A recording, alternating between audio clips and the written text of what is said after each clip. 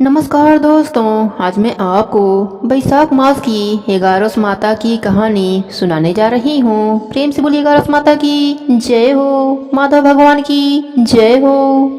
एक गांव में एक बुढ़िया माई रहती थी। उनके 3 बेटे और 3 बहुएं थीं। बुढ़िया माई बड़े सत्कर्म किया करती थी। दान कर्म करना, पूजा पाठ करना उनका नियम था। वह बैसाख स्नान किया करती थी। बैसाख महीने में विष्णु भगवान, माता लक्ष्मी और तुलसी जी का पूजन किया करती थी। बुढ़िया माई हमेशा बैसाख स्नान करती। जब पूर्णिमा आता तो गंगा स्नान के लिए जाया करती थी।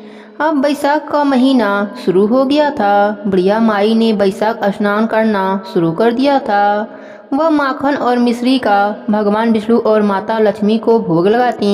कभी दही और मिश्री का, कभी माखन मिश्री का, कभी तिल के लड्डुओं का, जो भी उनसे बनता उसी का वह भोग लगाती। और घर तथा अड़ोसी पड़ोसी में थोड़ा सा तुलसी पत्ता डालकर उस प्रसाद को बांटा करती थी। उसके बाद वह स्वयं भोजन किया करती थी।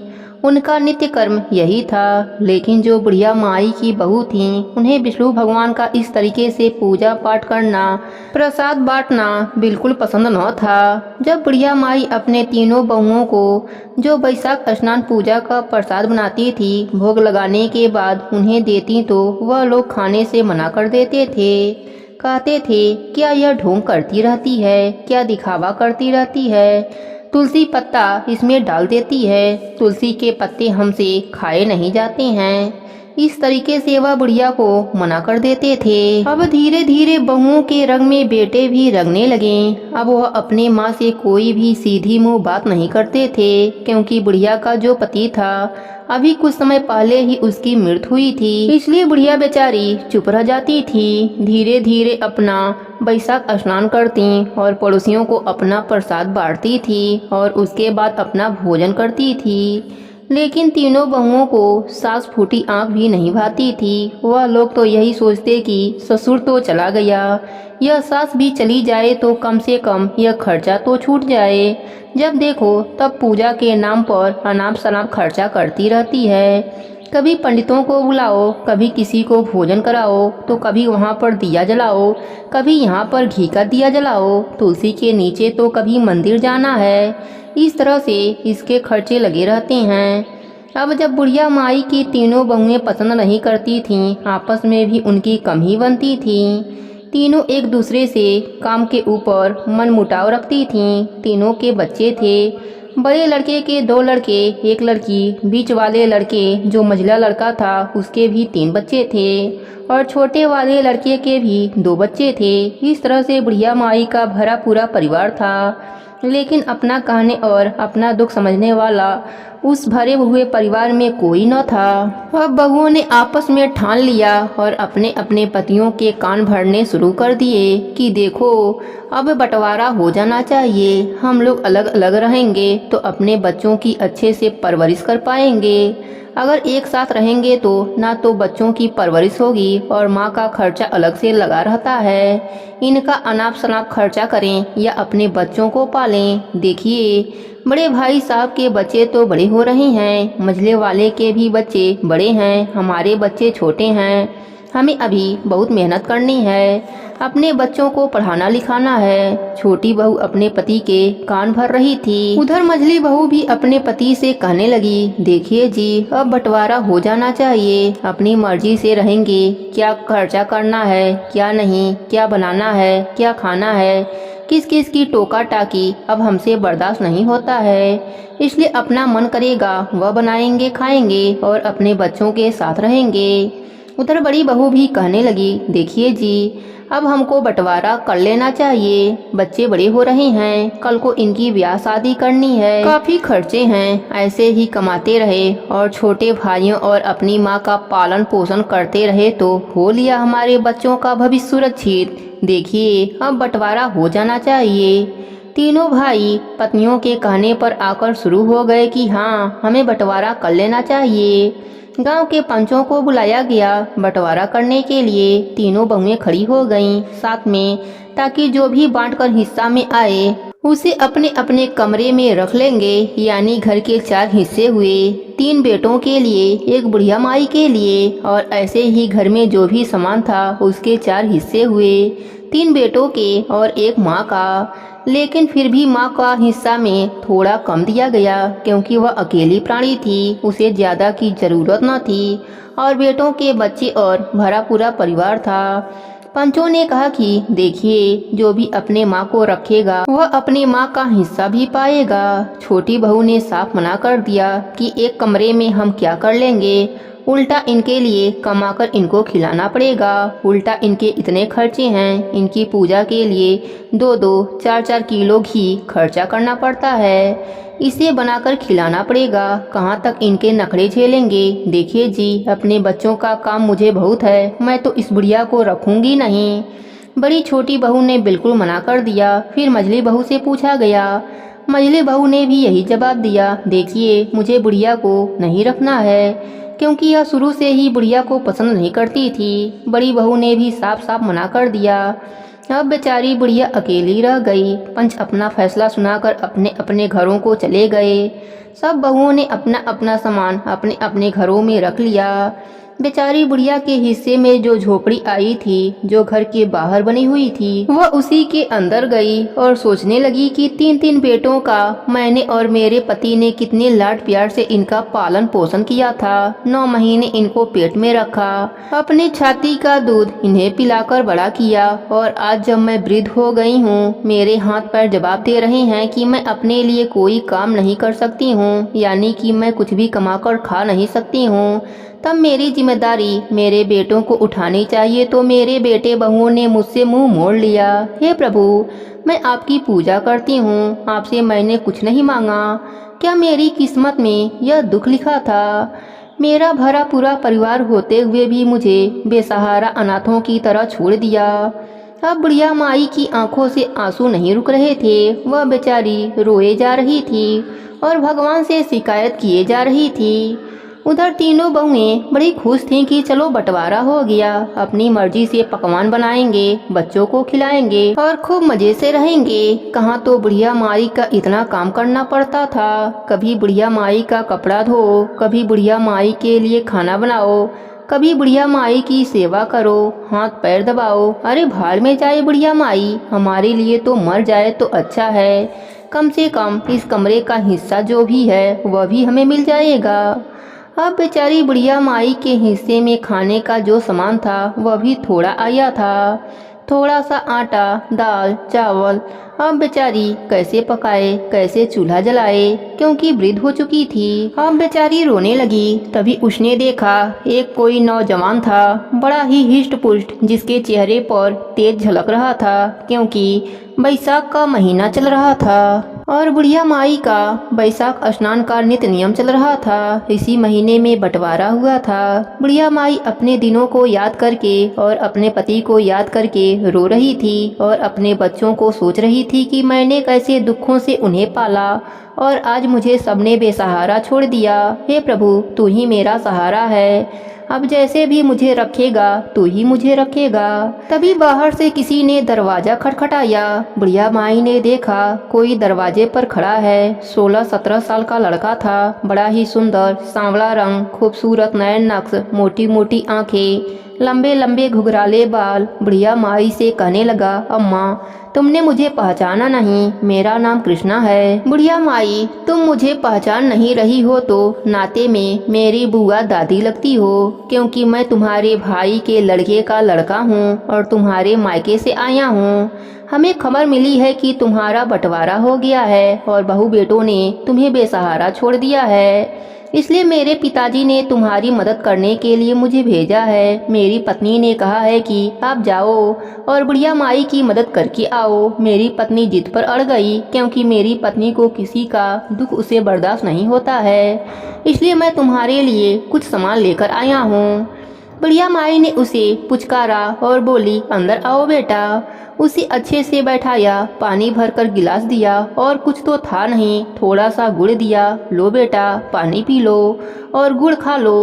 अब जो कृष्णा आया था उसने बड़े प्यार से पानी पिया, बुढ़िया माई का घर जमाया और कहने लगा, माई बना बनाया कुछ खाना भी है, आप भूखी मत रहना, खाना खा लेना। और हाँ, मैं यहीं दूसरे गांव में रहता हूँ, ज़्यादा दूर नहीं रहता हूँ। मैं रोज़ आपके लिए खाना भिजवा दिया करूँगा, आपको खाने की कोई भी परेशानी नहीं होगी। थोड़ी देर रुकने के बाद कृष्णा नाम का वह लड़का बुढ़िया माई से विदा लेकर चला गया। बुढ़िया माई तो सोचने लगी, हे प्रभु, अभी भी इंसानियत जिंदा है। मेरे बेटों ने और बहुओं ने मुझे ठुकरा दिया, लेकिन मेरे मायके वाले अभी भी मुझे याद करते हैं। मैं तो कितने सालों से कभी मायके गई ही नहीं, माँ बाप भाई भाभी रहे ही नहीं। अब भतीजे और उनके बच्चे हैं तो वह बेचारे मेरी पहचान में भी नहीं आते।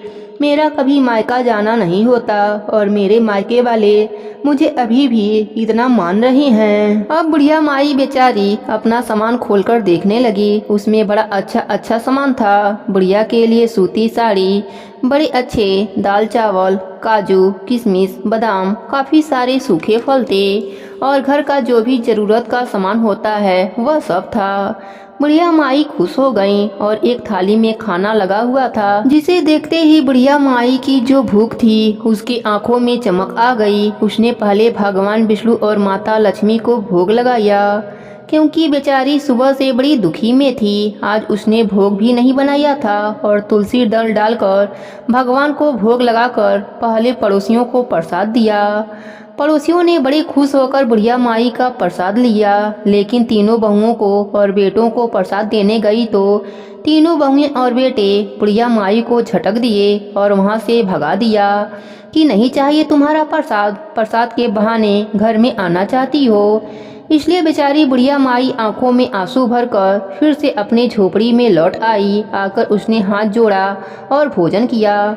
ऐसा स्वादिष्ट भोजन उसने अपने जीवन में कभी नहीं किया था। आज उसने ऐसा पौष्टिक और ऐसा स्वादिष्ट भोजन किया कि उसकी आत्मा तृप्त हो गई। अब वह फिर अपनी पूजा पाठ और अपने नियम कर्म में लग गई। सुबह उठती, बैसाख स्नान करती और उसके बाद अपना भोग बनाती, पड़ोसियों को प्रसाद देती, क्योंकि पड़ोसी तो बुढ़िया माई को बड़ा ही सती मानते थे कि देखो कितनी अच्छी सती सावित्री औरत है, कितना पूजा पाठ करती है। तो सच भी था, बुढ़िया माई हमेशा सबके दुख में दुखी होती थीं और सबसे पहले पहुंच जाती थीं।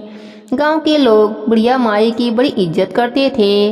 अगर कोई इज्जत न करता था तो वह थे बुढ़िया माई के अपने बेटे और बहू। अब बुढ़िया माई के झोपड़ी में किसी भी चीज की कोई कमी न थी। बुढ़िया माई को अच्छा अच्छा खाना मिलने लगा तो बुढ़िया माई का शरीर थोड़ा तंदुरुस्त होने लगा।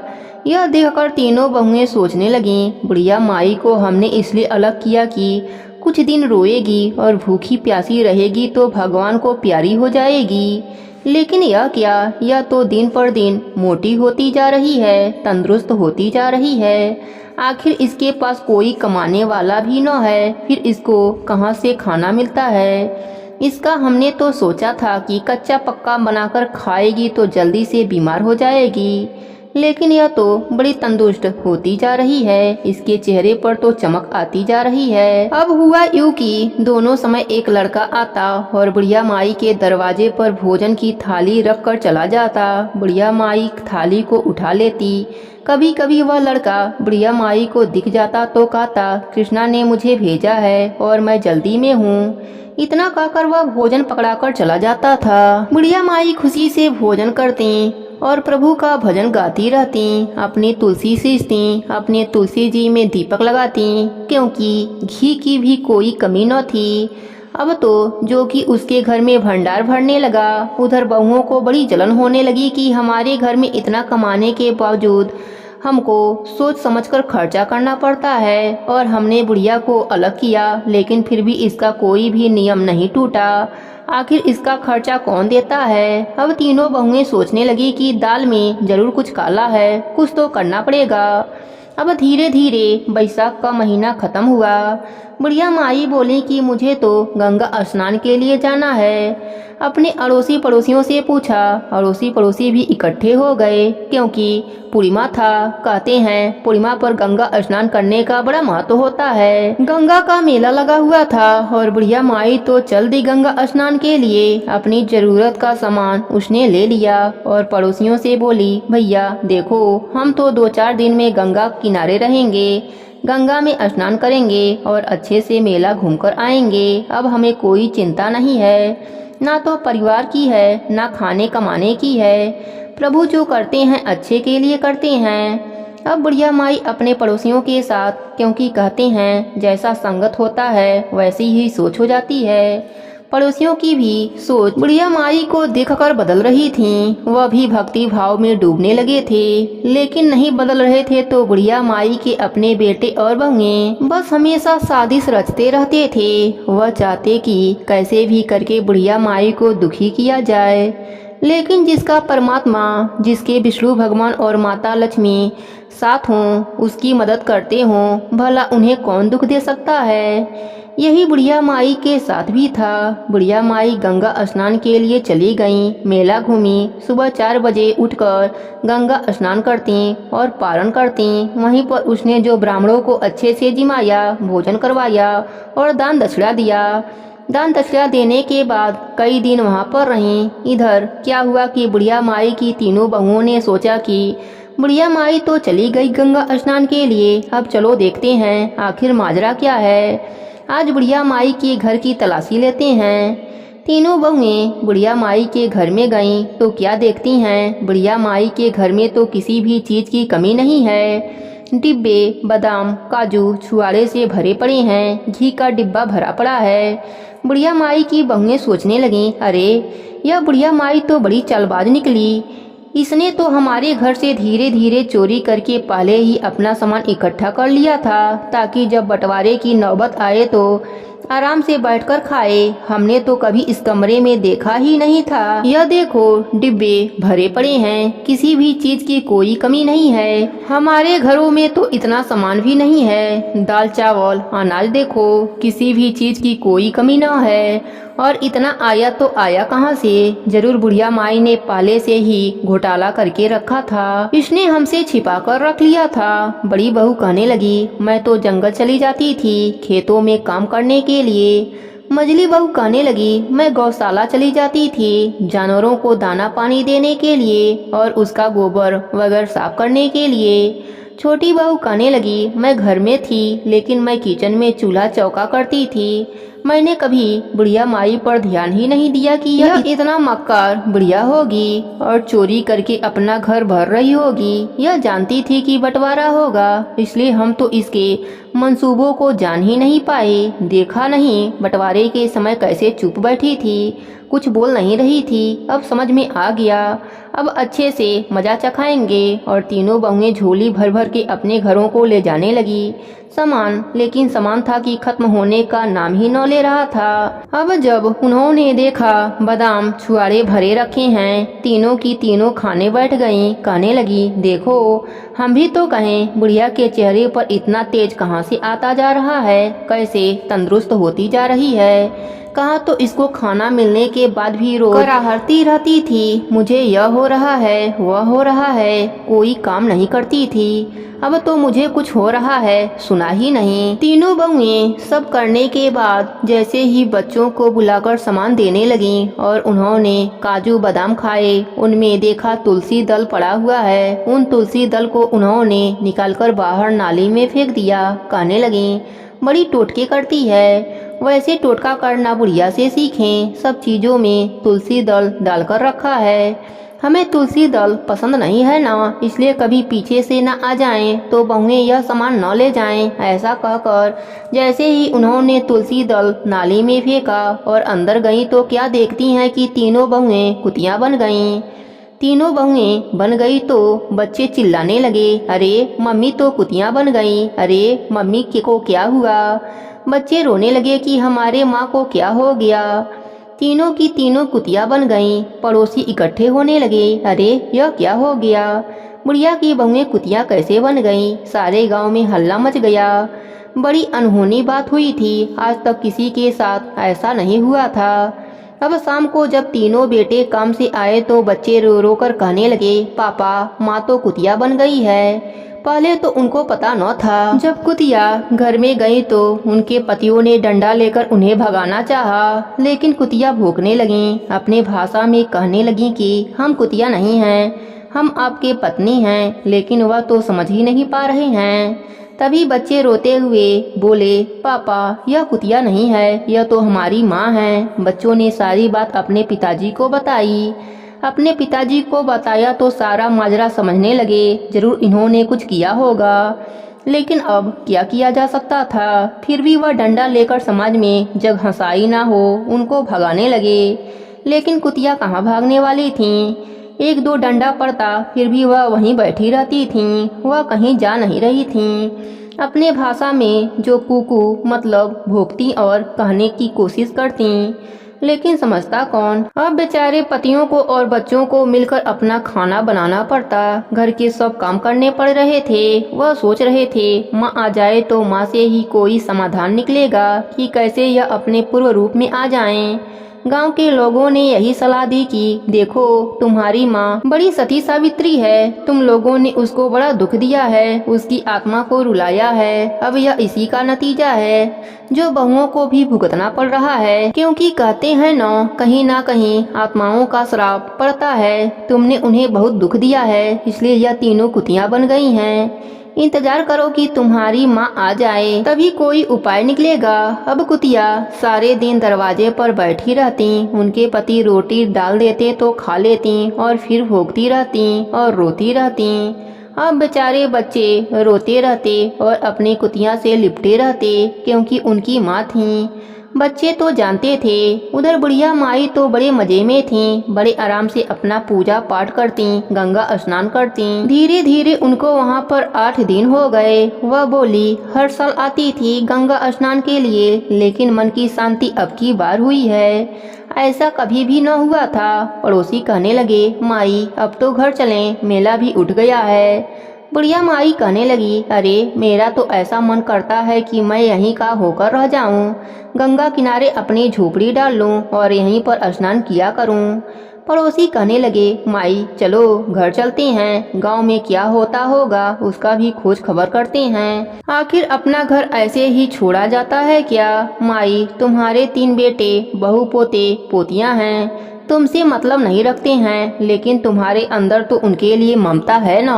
दूर से ही सही तुम उनकी खुशहाली चाहती हो, चलो देख लेते हैं चलकर। बुढ़िया माई पोते पोतियों का नाम सुनकर उसकी आंखें भर आई, दिल पसीज गया।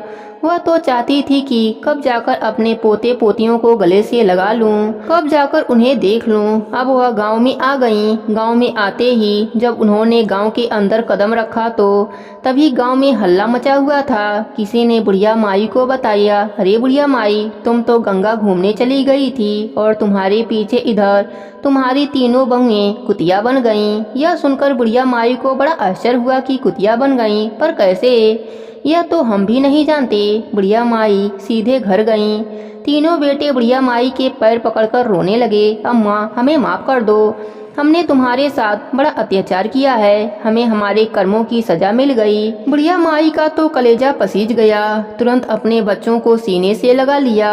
बेटे रोते रहे, पोते पोती रोते रहे, बुढ़िया माई उन्हें ढाढ़स बढ़ाती रही और कहने लगी, कोई ना कोई भगवान जरूर उपाय बताएंगे, भगवान की मर्जी के बिना कुछ नहीं हो सकता, जरूर कुछ ना कुछ उपाय प्रभु देंगे। अब बुढ़िया माई घर में रहने लगी, बेटों के साथ, और कुतिया भी कुकू करके बुढ़िया माई के कदमों में आकर बैठ जाती। तीनों बहुएं, क्योंकि अब वह इंसानी बातें तो समझ सकती थीं, लेकिन अपनी भाषा नहीं समझा पाती थीं। लेकिन क्या बातें हो रही है, क्या नहीं हो रहा है, यह सब समझती थीं।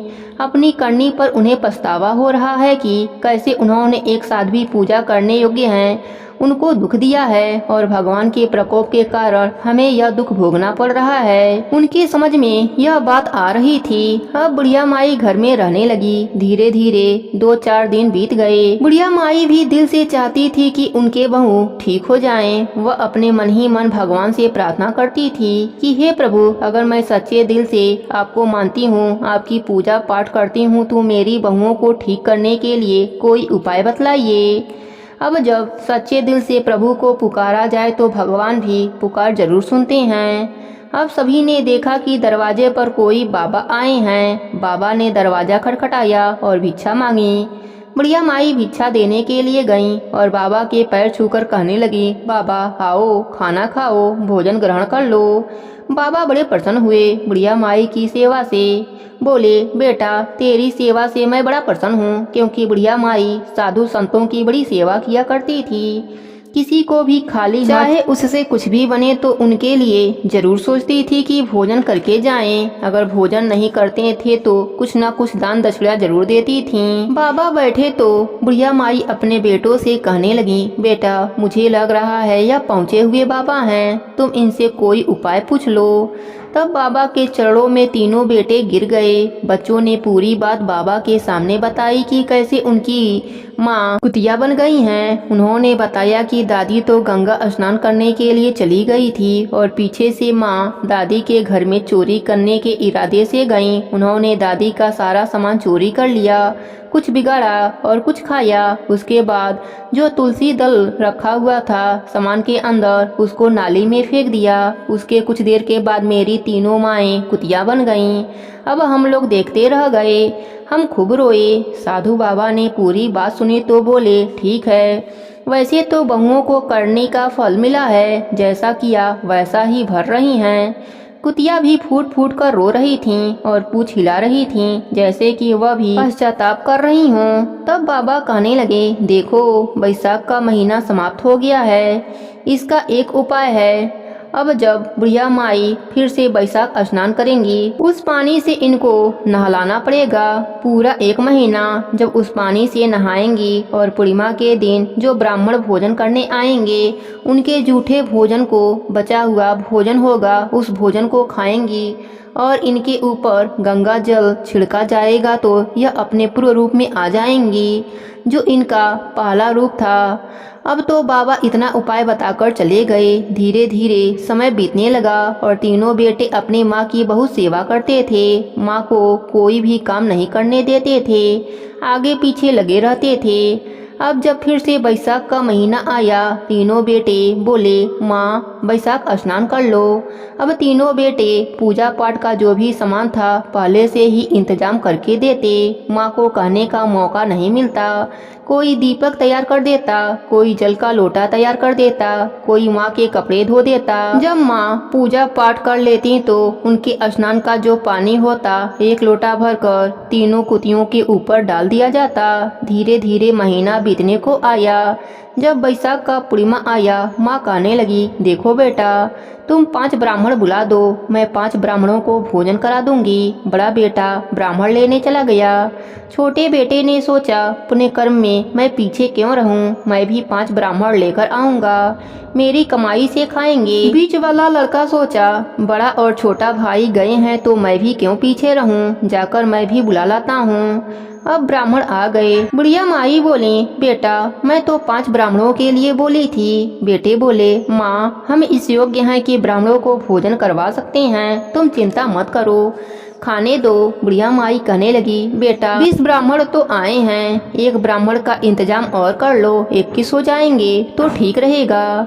बेटे बोले, ठीक है। फिर 1 और ब्राह्मण बुला लाया। 21 ब्राह्मणों को पूरे विधि विधान से अच्छे अच्छे पकवान बनाकर खिलाए गए। अब सबने बड़ी तृप्ति के साथ भोजन किया।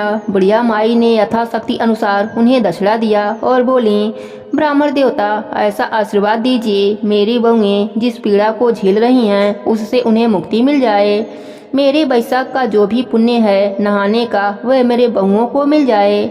ब्राह्मण देवता बड़े ही खुश हुए, कहने लगे माई चिंता मत करो, सब अच्छा होगा। ब्राह्मण अपने अपने घरों को चले गए। बुढ़िया माई ने सबकी थाली में जो थोड़ा सा खाना बचा था उनके जूठन को इकट्ठा किया और तीनों बहुओं को दिया गया। तीनों ने बड़े प्रेम से जीभ से चाट चाट कर भोजन खाया। उसके बाद ब्राह्मण जो आए थे भिक्षा लेने, साधु बाबा की बातों को याद करते हुए उनके ऊपर गंगा जल छिड़का गया। तीनों बहुएं अपने असली रूप में आ गईं और अपने सासू माँ के पैरों में गिरकर रोने लगीं, कहने लगी माँ हमें माफ कर दो, हमने तुम्हारे साथ बहुत बुरा किया है। जो हमने बुरा किया है वैसा हमने फल भोग लिया। माँ अब हम तुम्हें कोई भी कष्ट नहीं देंगे, कभी किसी भी चीज की कमी नहीं होने देंगे, अलग नहीं रहने देंगे। बैसाख स्नान का इतना महत्व है, इनकी महिमा है, यह तो हमने अब जाना है। बैसाख स्नान करने से कितना पुण्य मिलता है। तीनों बहुएं कहने लगी माँ अब हम भी तुम्हारे साथ बैसाख स्नान किया करेंगे। बुढ़िया माई तो बहुत खुश हो गईं। उन्हें अब और क्या चाहिए था, अपना भरा पूरा परिवार मिल गया। कोई माँ के साथ सोने का जिद करता तो कोई बुढ़िया माई के हाथ पैर दबाता। बेटे और बहू एक और तैयार रहते, माँ से पूछते रहते कि उनकी पसंद का क्या खाना बनेगा। विष्णु भगवान की कृपा से बुढ़िया माई का यह लोक सुखमय बन गया। अगला बैसाख का महीना आया तो तीनों बहुएं अपने सास के साथ नहाती, कथा कहानी सुनती, दिया बाती लगाती, सास के साथ भोजन करती, प्रसाद बांटती। पूर्णिमा आया तो सासू माँ को गंगा स्नान कराने ले गईं। सास के साथ गंगा स्नान किया, गंगा जल लाकर पूरे घर में छिड़का। अब उनके घर में तरक्की होने लगी, बरकत होने लगी। अब उनके पतियों का काम भी अच्छे से चलने लगा। व्यापार में जहाँ घाटा हो रहा था अब मुनाफा होने लगा। अब तीनों भाई भी प्रेम से रहने लगे। फिर से उनकी गृहस्थी अच्छी चल पड़ी। हे विष्णु भगवान, हे माता लक्ष्मी, जैसे आपने बुढ़िया माई पर अपनी कृपा करी वैसे ही जो भी यह कहानी सुन रहा है उन सब पर भी अपनी कृपा बनाए रखना। प्रेम से बोलिए बैसाख मास की जय हो, माधव भगवान की जय हो। एक समय की बात है, एक नगर में एक राजा राज्य करता था। वह बहुत ही धार्मिक प्रवृत्ति का था। उस राजा को समय आने पर 2 कन्याओं का जन्म हुआ। राजा की छोटी बेटी भी अपने पिता के तरह ही धार्मिक थी। वह नियम धर्म से रहती थी। साथ ही वह बचपन से ही 11 माता का व्रत भी करने लगी। 11 माता की कृपा से राजा की छोटी बेटी लोकप्रिय हो गई। उसकी हर तरफ प्रशंसा होती रहती थी। यह सब देखकर राजा की बड़ी बेटी को बड़ा ही ईर्ष्या होता था। वह अपने बहन से जलती रहती थी। एक बार की बात है, पड़ोसी राजा का बेटा बड़ी बेटी को देखने आया, लेकिन उसे बड़ी बेटी की जगह छोटी बेटी पसंद आ गई। अब तो बड़ी बहन अपने छोटी बहन से और भी अधिक जलने लगी। वह अपने छोटी बहन को मारने के नए नए तरीके अपनाती है। एक बार खाना में जहर मिलाकर उसे खिलाने की कोशिश करती है। एक बार मटके में जहरीला सांप रखकर छोटी बहन के कमरे में रख देती है। एक बार छोटी बेटी को पनघट पर पानी भरने के लिए ले जाती है और धोखे से नदी में धक्का दे देती है। हर बार 11 माता उसे बचा लेती हैं, क्योंकि वह 11 माता का व्रत किया करती थी। बड़ी बहन बहुत परेशान हो गई कि यह तो किसी भी तरह नहीं मरती। एक दिन बड़ी बहन छोटी बहन से बोली, मेरी प्यारी बहन, भगवान ने हम सब की मृत्यु किसी न किसी तरह से लिखी है। क्या तुम्हें पता है तुम्हारी मृत्यु कैसे होगी? बहन बहुत ही सीधी साधी थी। वह बोली, मेरी मृत्यु मेरे पालतू तोते के गले में जो हार है उसी में अटकी हुई है। यदि कोई मेरे तोते को मार कर वह हार पहन ले तो मैं मूर्छित हो जाऊंगी, और फिर उस हार को उतारकर कोई रख दे तो मैं जीवित हो जाऊंगी। उस रात छोटी बहन अपने पिता के पास गई और बोली, पिताजी मुझे शक है, यदि मैं मर जाऊं तो आप मुझे जलाना मत। आप मुझे हमारे पुराने महल के कुएं के पास झोपड़ी बनवाकर खाट पर सुला देना। राजा बोला, बेटी तुम ऐसा क्यों बोल रही हो? 3 दिन बाद तो तुम्हारी शादी है। तब छोटी बेटी बोली, पिताजी समय का कोई भरोसा नहीं। इस तरह शादी वाले दिन भी आ गए। उसी दिन बड़ी बहन छोटी बहन के पालतू तोते को ढूंढती है, पर वह उसे कहीं नहीं मिलता। तभी दरवाजे पर बारात आ जाती है। बरमाला का कार्यक्रम संपन्न हो जाता है। फेरों की रस्म शुरू हो जाती है। उधर बड़ी बहन तोते को ढूंढ लेती है और वह उस तोते को मार देती है। वहीं छोटी बहन 3 फेरे राजकुमार के साथ पूरे कर लेती है। तभी छोटी बहन मूर्छित होकर गिर जाती है। उधर बड़ी बहन तोते के हार को खुद पहन लेती है। इधर सभी घबरा जाते हैं। सभी बारातियों में हलचल मच जाती है कि राजकुमारी को क्या हुआ। सभी डर जाते हैं। तब राजा वैद्य हकीमों को बुलाते हैं। छोटी राजकुमारी को महल में ले जाकर लिटा दिया जाता है। वैद्य हकीम राजा से कहते हैं, राजकुमारी ना मरी है ना जीवित हैं। हमने ऐसा पहली बार देखा है। तब राजा उनसे कहते हैं, वहां जाकर बोलना कि राजकुमारी बेहोश हैं, अभी थोड़ी देर में ठीक हो जाएंगी। यदि तुम ऐसा नहीं कहोगे तो मैं तुम्हें फांसी दे दूंगा। बेचारा वैद्य हकीम राजा के कहे अनुसार वैसा ही बोलता है। तभी बड़ी बेटी आती है और कहती है, पिताजी मुझे छोटी बहन के मरने का बहुत दुख है। उससे ज्यादा दुख मुझे आपके इज्जत का है, जो कि खराब हो जाएगी। आप ऐसा करो कि मेरी शादी राजकुमार के साथ करा दो, तब सब ठीक हो जाएगा। आपका इज्जत भी रह जाएगा। तब राजा को यह बात ठीक लगी और राजा ने छोटी बेटी के कपड़े पहनाकर फेरों में बैठा दिया। पर राजकुमार ने मना कर दिया। कहा, यह मेरी पत्नी नहीं है। मेरी पत्नी जब बोलती है उसके मुख से फूल झड़ते हैं। लेकिन सबने समझा बुझाकर उससे 4 फेरे लगवा दिए। बड़ी राजकुमारी ससुराल आई तो राजकुमार ना तो उनसे बात करते थे, ना उनके हाथ से पानी पीते थे और ना ही उनके हाथ का बनाया हुआ खाना खाते थे। राजकुमार ने मन ही मन सोचा, मैं पता लगा कर रहूंगा कि मेरी पत्नी के साथ क्या हुआ। एक दिन राजकुमार दुखी होकर घोड़े पर बैठकर जा रहे थे कि घोड़ा वहीं जाकर रुका जहां राजकुमारी की अधमरी लाश रखी गई थी। राजकुमार ने मन ही मन सोचा कि घोड़ा यहाँ किस कारण से रुका है। कोई तो वजह जरूर होगा जो कि घोड़ा यहाँ रुक गया है। राजकुमार घोड़े से उतरकर पुराने महल में गए। वहाँ एक चौकीदार था। राजकुमार ने पूछा, यह महल किसका है? तब चौकीदार ने बताया कि यह महल आपके ससुर जी का है। वहाँ खाट पर कौन सो रहा है? राजकुमार ने चौकीदार से पूछा। तब चौकीदार कहने लगा कि यह राजा की छोटी बेटी हैं, जो शादी वाले दिन अधमरी हो गई थीं। तब राजकुमार ने कहा, यह तो मेरी पत्नी है, इसके साथ मेरे फेरे हुए थे। राजकुमार ने चौकीदार से कहा, तुम किसी से कुछ मत कहना कि मैं यहाँ हूँ, मैं तुम्हें मुँहमांगी रकम दूंगा। चौकीदार ने हाँ कह दिया। राजकुमार खाट के पास गया और बचे हुए फेरे खाट के साथ ले लिया। राजकुमार उस दिन वहीं पर रहा। छोटी रानी रात को खड़ी हो गई। उसने अपने पास अपने पति को देखा तो उसने बहुत रोई। राजकुमार ने पूछा, बड़ी अजीब बात है, तुम शादी वाले दिन मूर्छित क्यों हो गई थी? तुम्हारे पिता ने मेरी शादी तुम्हारी बड़ी बहन से करा दिया, पर मैंने उसे स्वीकार ही नहीं किया है। तुम मुझे पूरी बात बताओ। तुम दिन भर मूर्छित क्यों रहती हो? इस टाइम उठ कैसे गई? इसका भी राज बताओ। तब राजकुमारी ने अपने पति को तोते और हार वाली सारी बात बताई और यह भी बताया कि यह बात मैंने अपने बड़ी बहन को बताई थी। एक दिन उसने मुझसे मेरे मृत्यु का उपाय पूछा, तब मैंने उसे पूरी बात बताई थी। मेरी बड़ी बहन मुझसे बहुत ईर्ष्या करती है। उसने कई बार मुझे मारने की कोशिश की, पर एगारस माता ने मुझे हर बार बचा लिया। यह सब मेरी बड़ी बहन ने किया है। तोते के गले में जो हार था वह मेरी बहन दिन में पहन लेती है और रात को उतार देती है। इसलिए मैं दिन में मूर्छित रहती हूँ और रात को जीवित हो जाती हूँ। यदि वह हार मुझे वापस मिल जाए तो मैं हमेशा के लिए जीवित हो जाऊंगी। इतना सुनकर राजकुमार गुस्से से अपने महल गया और बड़ी बहन के गले से हार निकाल कर लाया और अपने पत्नी को पहना दिया। उसकी पत्नी जीवित हो गई। फिर उसे लेकर महल गया और उसकी बड़ी बहन को महल से निकल जाने के लिए कहने लगा। बड़ी बहन रोने लगी और रोते रोते बोली, हे छोटी बहन, तुम्हें क्यों हर खुशी भगवान दे देते हैं और मुझे क्यों दुख देते हैं? इसका रहस्य बताओ। तब छोटी बेटी बोली, तुम्हारे मन में लालच रहता है, इस कारण तुम्हें दुख मिलता है और मैं सबका कल्याण चाहती हूँ। साथ ही 11 का व्रत भी करती हूँ, इसलिए काल भी मेरा कुछ नहीं बिगाड़ सकता। यह सब 11 माता की महिमा है।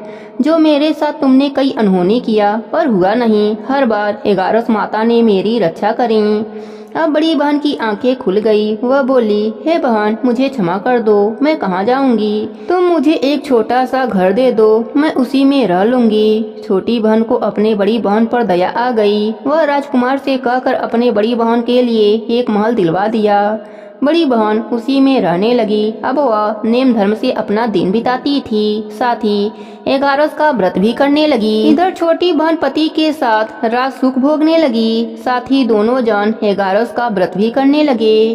एगारस माता की कृपा से छोटी रानी को एक पुत्र की उत्पत्ति हुई, साथ ही महल में रिद्धि सिद्धि का वास हो गया। हे एगारस माता, जैसे आपने छोटी राजकुमारी पर अपनी कृपा करी, वैसे ही अपने सभी भक्तों पर अपनी कृपा बनाए रखना, सबके व्रत को पूर्ण करना। प्रेम से बोलिए एगारस माता की जय हो, विष्णु भगवान की जय हो।